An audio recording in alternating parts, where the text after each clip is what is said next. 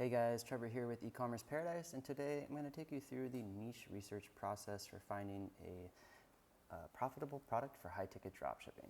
So here on the right side of the screen, you see I've wrote down the whole process here, so you can get this. I'm going to put it into a Google Doc and put the link in the description below so you can get access to it and make your own copy of it. Now the first step for niche research is getting a VPN, because with a VPN you can put yourself in different places, and people advertise in different places certain bid adjustments and things like that, so you can put yourself in different cities in the US or different countries, especially if you happen to be outside of the target country that you're targeting. So my recommended VPN is the Surfshark VPN. You can click my link to get that. The next step is to go to Google Shopping. Google Shopping is the main place I start for niche research. You can also use Bing Shopping as well, but Google Shopping is a good starting place. And the first step is to search the category keywords. So we're going to do that here. And this video is going to be an overview video on how to do this. I've gotten a bunch of good ideas from ChatGPT down here just to start with. We're going to go through the entire process here, and then I'm going to show you some deep niche research steps in the next videos after that, and then kind of make a video on how to decide your final niche and go over some specific tips and tricks for certain things about getting started with high-ticket dropshipping. So this is kind of like a course that we're going to go through right now, a series of videos, and just watch through the whole thing, and I think you'll learn a lot. So just first of all, make sure you subscribe to the channel. This will get you notified whenever we post new content. Our content is educational content like this, updates, news, and podcasts as well. Also like the video and comment below if you have any questions. Make sure you share this video on social media with your friends.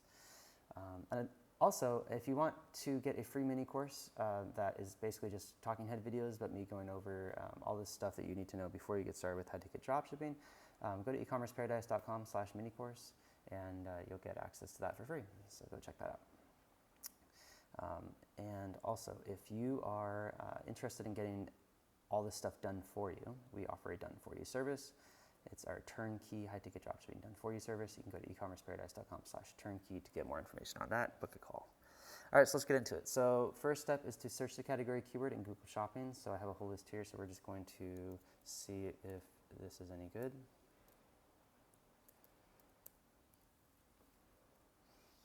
All right, now the first thing that I usually do, let me just actually move this so it's easier. First thing I usually do is to find niche stores that are selling that product. Actually, I need to open this because I need to show you the sidebar.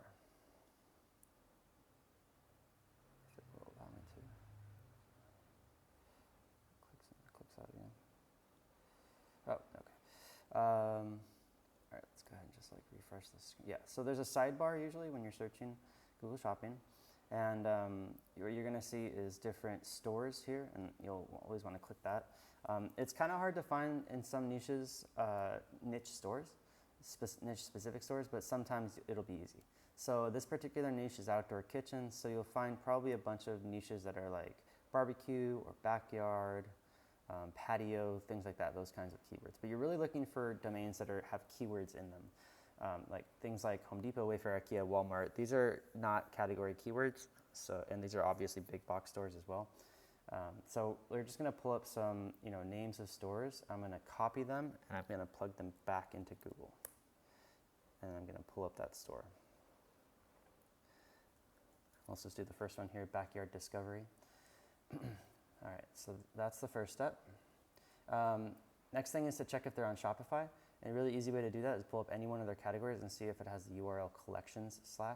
If it does, then it's on Shopify. And that needs to be a yes. If they're not on Shopify, you can't, they're an older store usually, and it just doesn't really make sense to extract from them. Maybe some of the suppliers are grandfathered in from a decade ago or something like that, So we want to work with suppliers that are going to give us accounts. Check if they don't have a physical location. So that's the first thing. Usually if they have a physical location, they're going to put it in their header, their footer, their about page, everything. So right away I can tell they don't have a physical location, so that's a good thing. So that's a yes, but they don't have a physical location. And check if they sell multiple brands. So just look through the category and see, usually when they upload products, it'll be the first words will be the actual brand name. So this is Canyon Creek, Whispering Point, Skyfort 2. It might be just brand names, model names as well. Sometimes in the sidebar they'll have, the different brands that they sell here.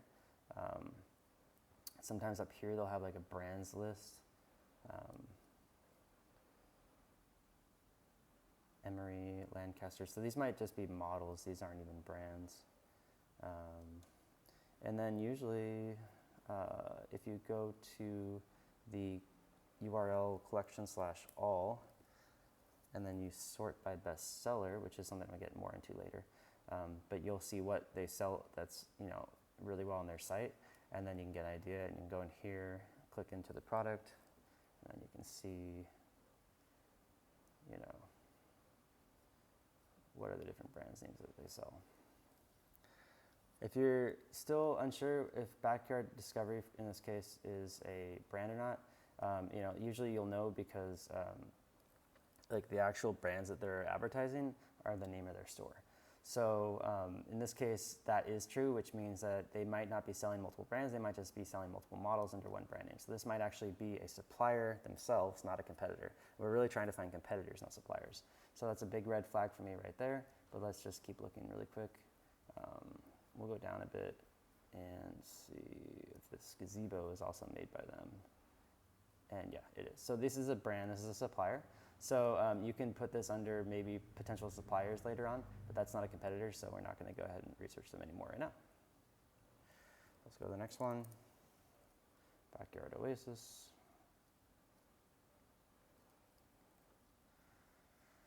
Okay, let's see here. So let's double check. It looks like a Shopify store to me. I recognize this Shopify theme. I believe it's the Empire theme. It might be Superstore theme. They look pretty similar. So let's go into one of the categories. It is a Shopify store collection /. Okay, and then in the sidebar, if they have brands, they do, and they have multiple brands. Great. So this is a competitor we could definitely extract from. So let's go ahead and go to collection/all. Sort by best selling, and then here's their entire list of brands here. So this is a high-ticket dropshipping store. They don't have any physical storefront listed on the header. Let's double check the footer. There's no address or anything about our stores or come see our showroom or anything like that. Some online-only retailers will have a sort of like a showroom that's like a small office space, and that can set them apart to get them certain suppliers, but still most of their suppliers will be dropshipping suppliers. So when you see a website like this, it's really easy to tell which suppliers have the biggest catalogs, at least that they've uploaded. And so the bigger the catalog, usually the better. But usually it's just, I usually try to go after the best-selling suppliers first. So here you can see Duramax. Sheds seem to be selling quite well. It could also be that this is a new store. They don't have that many, sales yet, but they are advertising. So there's Paragon, Duramax, Lifetime, Horizontal, Lifetime, or just Lifetime. So they have like 3 or 4 best-selling suppliers maybe. So that's one. So if yes, then you can add that to a list of dropshipping competitors. Okay, so Backyard Oasis can be added to a list. Usually I use a Google Sheet, and I'm going to be setting up a Google Sheet for all this niche research, so you can click that link in the description below and get free access to this spreadsheet I'm going to be creating, as well as the Google Doc for the step-by-step. And then with that information, you'll be able to know exactly which competitors and suppliers you can extract from for high-ticket dropshipping and reach out to. Okay, so then you extract the top-selling brands into a list. You can extract all of them into a list and then separate out which ones are the top sellers. That's what I usually do, so you have like a good list to go from. And then the next step is you want to find more stores that are selling these brands too, and then they'll have other brands as well. Okay, so you basically just take the brand, product, model, SKU keywords to find more competitive stores. So like in this example, you just right-click and copy the entire name, which includes the brand, the model name, which they don't really have a model name for this, but they do have a SKU number, 73051. Plug that back into Google, click shopping, and then you'll be able to find in their stores list a bunch of other niche stores like Ace Garage or something like that, for example.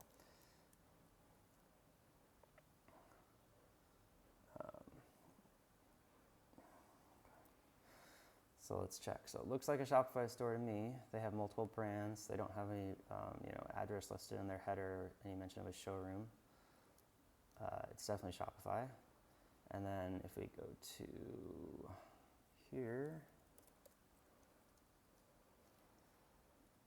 and so collection's all best selling. We just copy and paste this link into the document so you guys can easily find that in the future.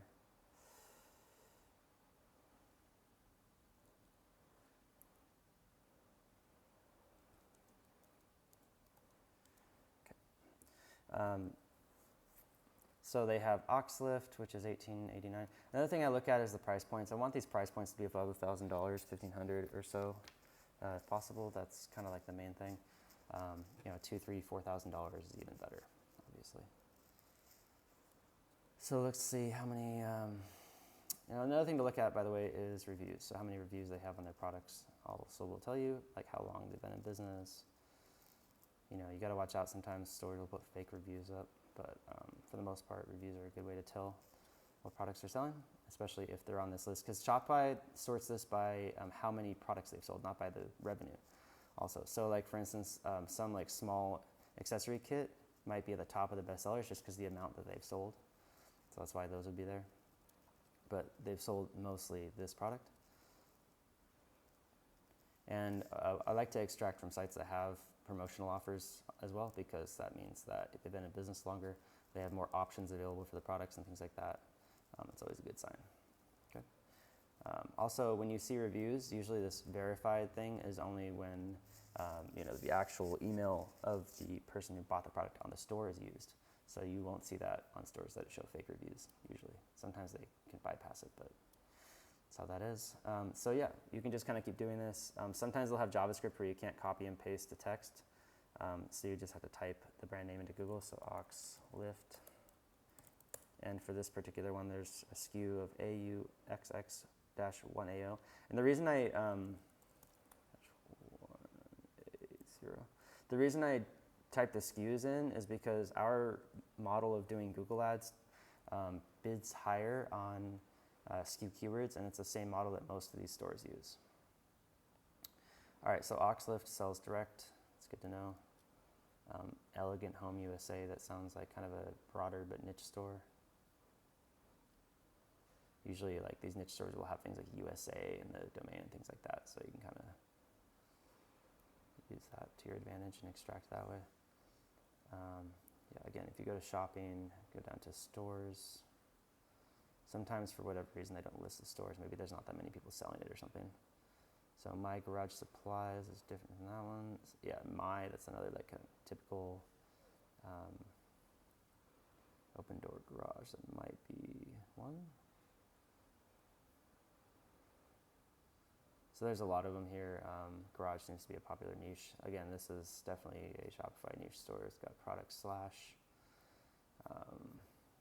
This is a well-known Shopify theme, so you can definitely extract from that site. My Garage Supplies. This looks like a Shopify store to me. No physical address listed. Product slash somebody Shopify. Open garage again. So I'm finding tons of these niche sites. So you'll be able to extract suppliers from all these niche sites, and then you'll have a huge list of suppliers to go off of, and you'll be able to easily expand your store as well. What I always recommend doing is starting a niche store and then expanding from there, and maybe starting a second store later in a different niche. Don't go for broad stores because they don't convert as well in particular niches. So it's always better to have a niche store.